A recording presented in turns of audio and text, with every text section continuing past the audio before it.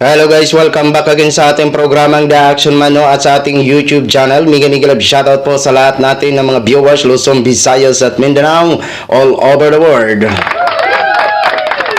Muli naman po tayo nagbabalik sa ating panibagong video at panibagong reaction. Araw ng linggo, happy Sunday po sa ating lahat. Good morning po at February 2 at kasalukuyang taong 2025. So, ito po mga ka-action, magre-react lang po ako dito sa sagutan election 2025.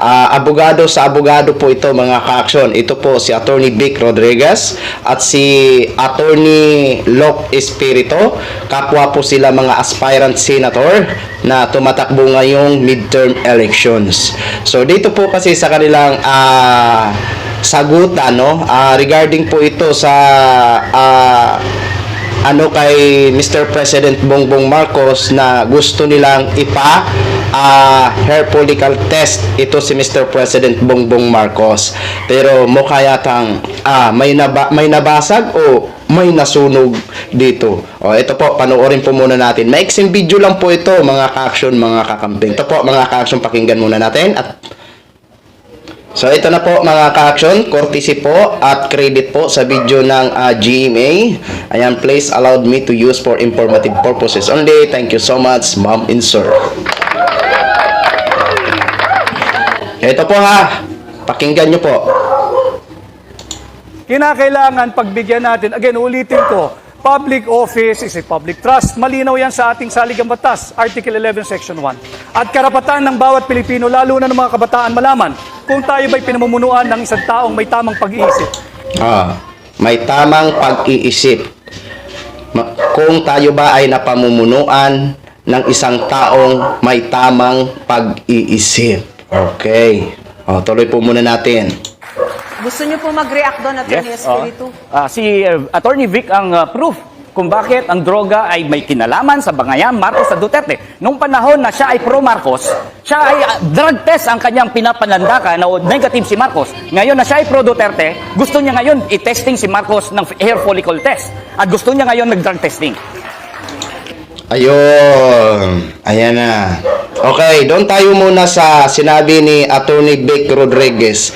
Karapatan ng bawat kabataan or karapatan ng bawat mamamayan na malaman kung tayo ay pinamumunuan ng isang taong nasa tamang pag-iisip. Okay? Alam nyo na. Alam nyo na kung sino ang pwedeng sumagot dyan. Uulit-ulitin pa ba natin? 'Di ba? Ano bang ginagawa ni Mr. President Bongbong Marcos? 'Di ba? Sobrang bait niya.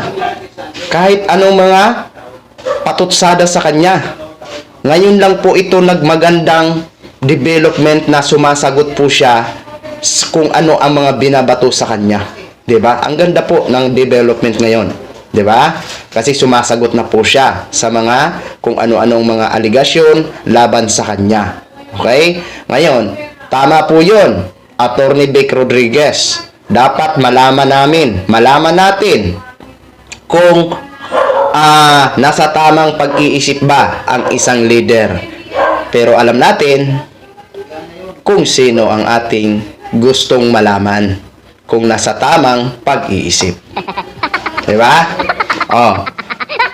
Doon, sabi ni Attorney Locke Espirito, noong nasa kay Mr. President pa ito, si Attorney Vic Rodriguez, kinalandakan niya na naging negative ito si Mr. President.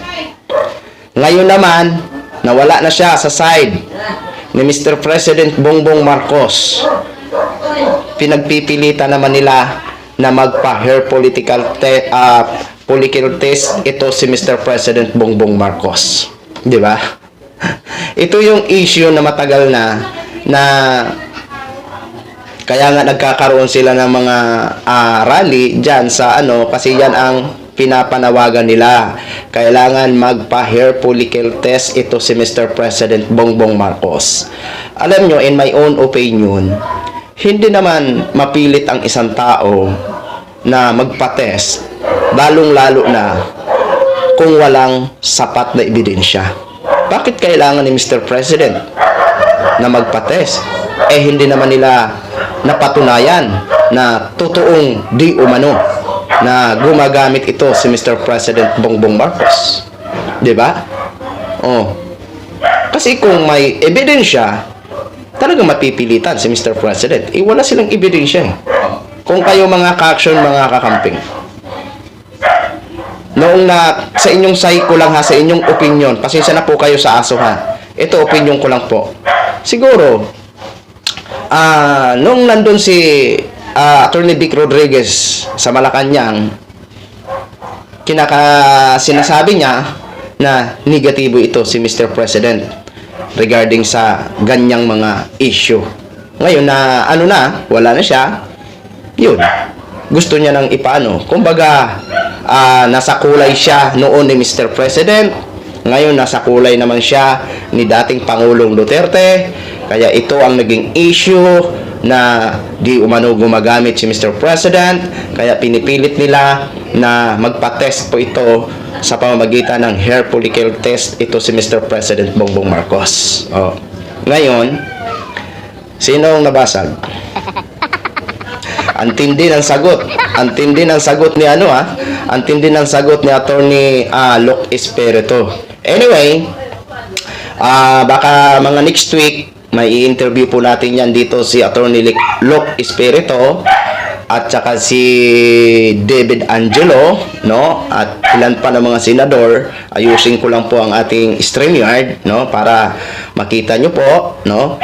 Tatanong lang po tayo, di ba? Tatanong lang po tayo kung ano po ang mga plano nila sa darating na eleksyon, kung ano mga plataforma nila once sila ay maluklok sa kanilang gustong pwesto. Okay? At siyempre, tatanong tayo sa mga issue na nagaganap ngayon. Okay? So, yun lang po. Again, share ko lang po sa inyo, mga ka-action, mga kakamping. No? Maraming salamat po sa ating mga viewers, Luzon, Visayas at Mindanao, all over the world. Ako po, ang inyong lingkod, si Action Man. Good morning, everyone. Beautiful.